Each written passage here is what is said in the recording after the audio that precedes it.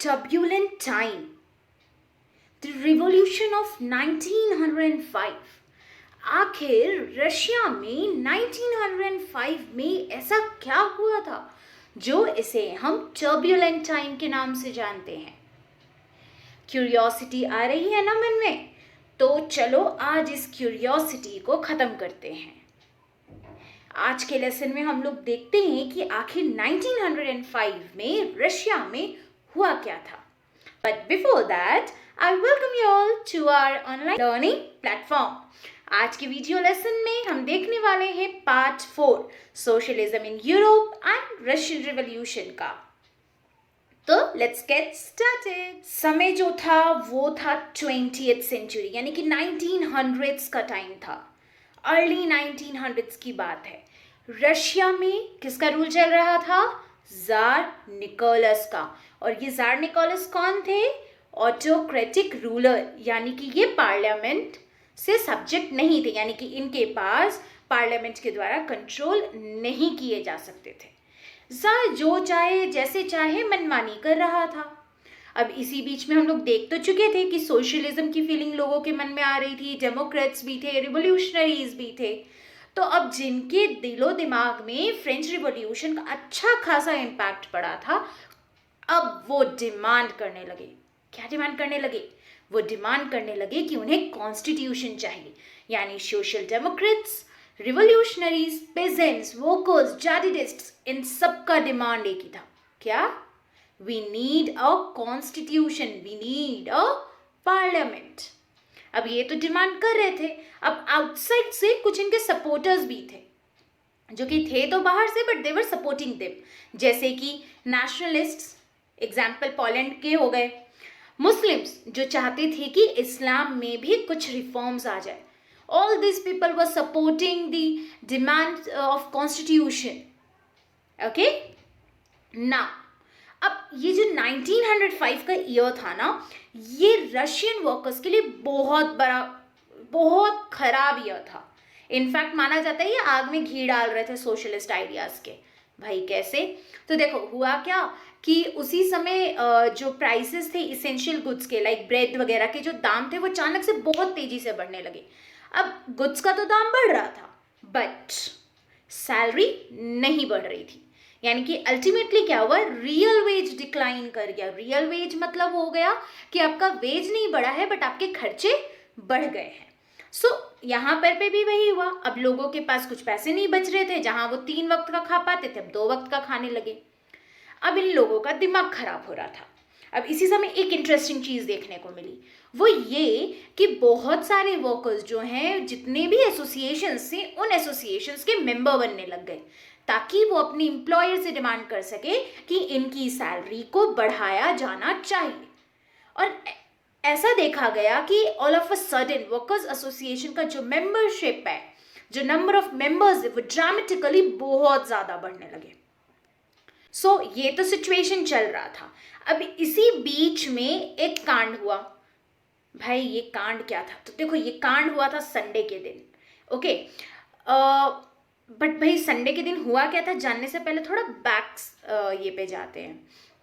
देखो अचानक से क्या होता है, पुतलीव आयरन वर्क्स, ये एक आयरन फैक्ट्री का नाम था। वहाँ पर पे क्या हुआ, 4 वर्कर्स को उनकी नौकरी से डिसमिस कर दिया गया।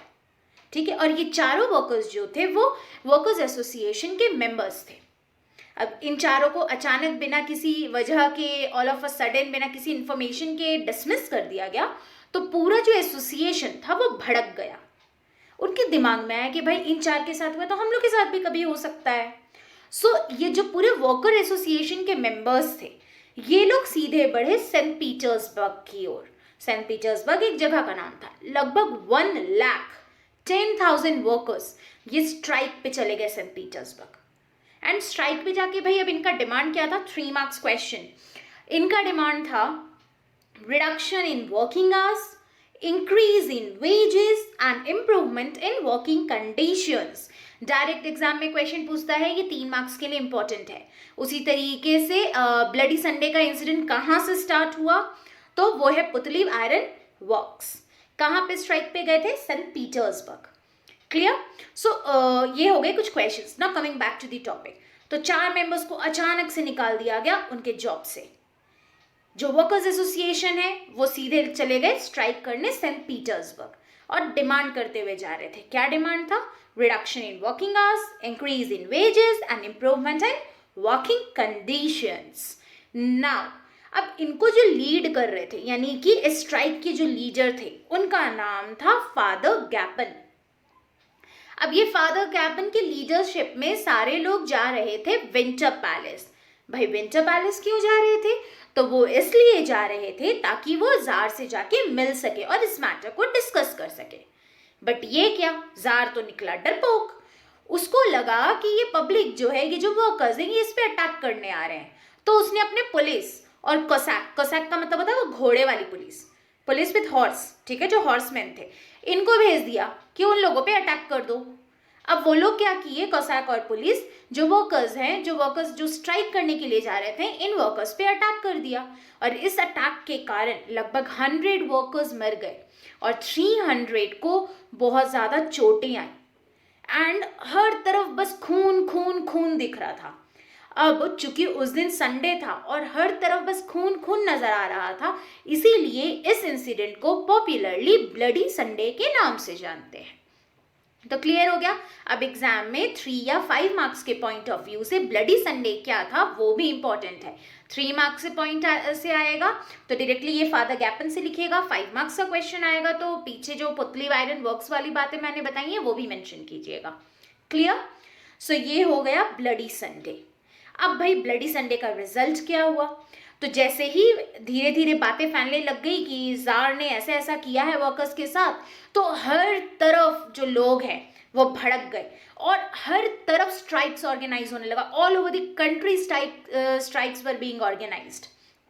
Okay, and lawyers, doctors, engineers, middle class workers, ये लोग तक अपना एसोसिएशन बनाने लगे और स्ट्राइक्स करने लग गए. यूनिवर्सिटीज को बंद किया जाने लगा.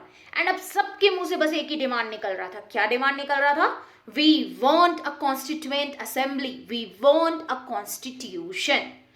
तो ये था रिजल्ट ब्लडी संडे का. क्लियर? नाउ अब जब हर तरफ से इतना प्रेशर पड़ रहा है जार पे, अब जार को समझ नहीं आ रहा है क्या करे. वो कॉन्स्टिट्यूशन के लिए रेडी तो होना चाहता नहीं था, बट भाई पब्लिक का इतना प्रेशर है तो अब क्या करे. तो उसको अल्टीमेटली बात माननी पड़ी. उसने बोला ठीक है, आप पार्लियामेंट का फॉर्मेशन कर सकते हो, पार्लियामेंट का क्रिएशन कर सकते हो. और इस तरीके से बना दुमा. अब भाई ये दुमा क्या है? तो देखो, जैसे इंडिया के पार्लियामेंट को सांसद कहते हैं ना, वैसे ही रशिया के पार्लियामेंट को द्यूमा कहा जाता था. 1 मार्क्स के पॉइंट ऑफ व्यू से इंपॉर्टेंट है. ओके, सो एक पार्लियामेंट का फॉर्मेशन हुआ.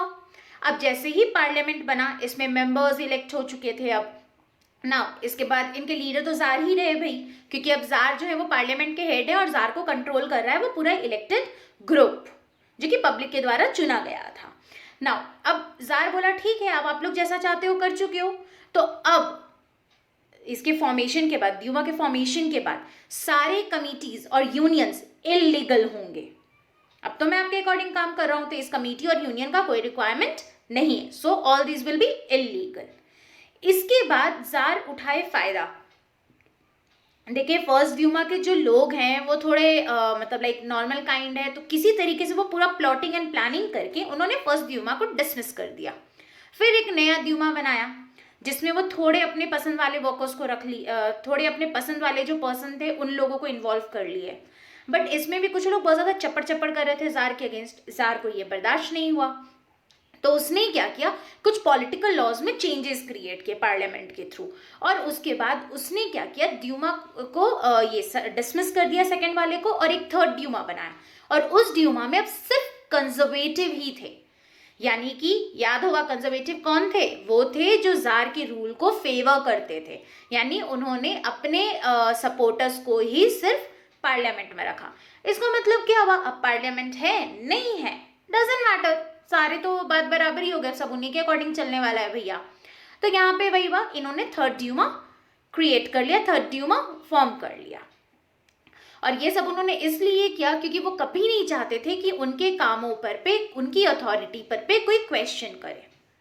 सो ये था ड्यूमा का क्रिएशन, फिर डिसमिस हुआ, फिर रिक्रिएशन, फिर डिसमिस हुआ, फिर रिक्रिएशन हुआ।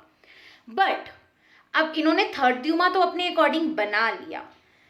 अब इसके आगे हुआ क्या? तो इसके आगे अब थोड़ा सा चेंजेस आना शुरू हुआ। कुछ समय बाद देखा गया कि जार जो है ना वो ड्यूमा की बातें नहीं सुन रहा है, भले कंजर्वेटिव्स हैं, फिर भी उनसे कंसल्ट करना बंद कर दिया।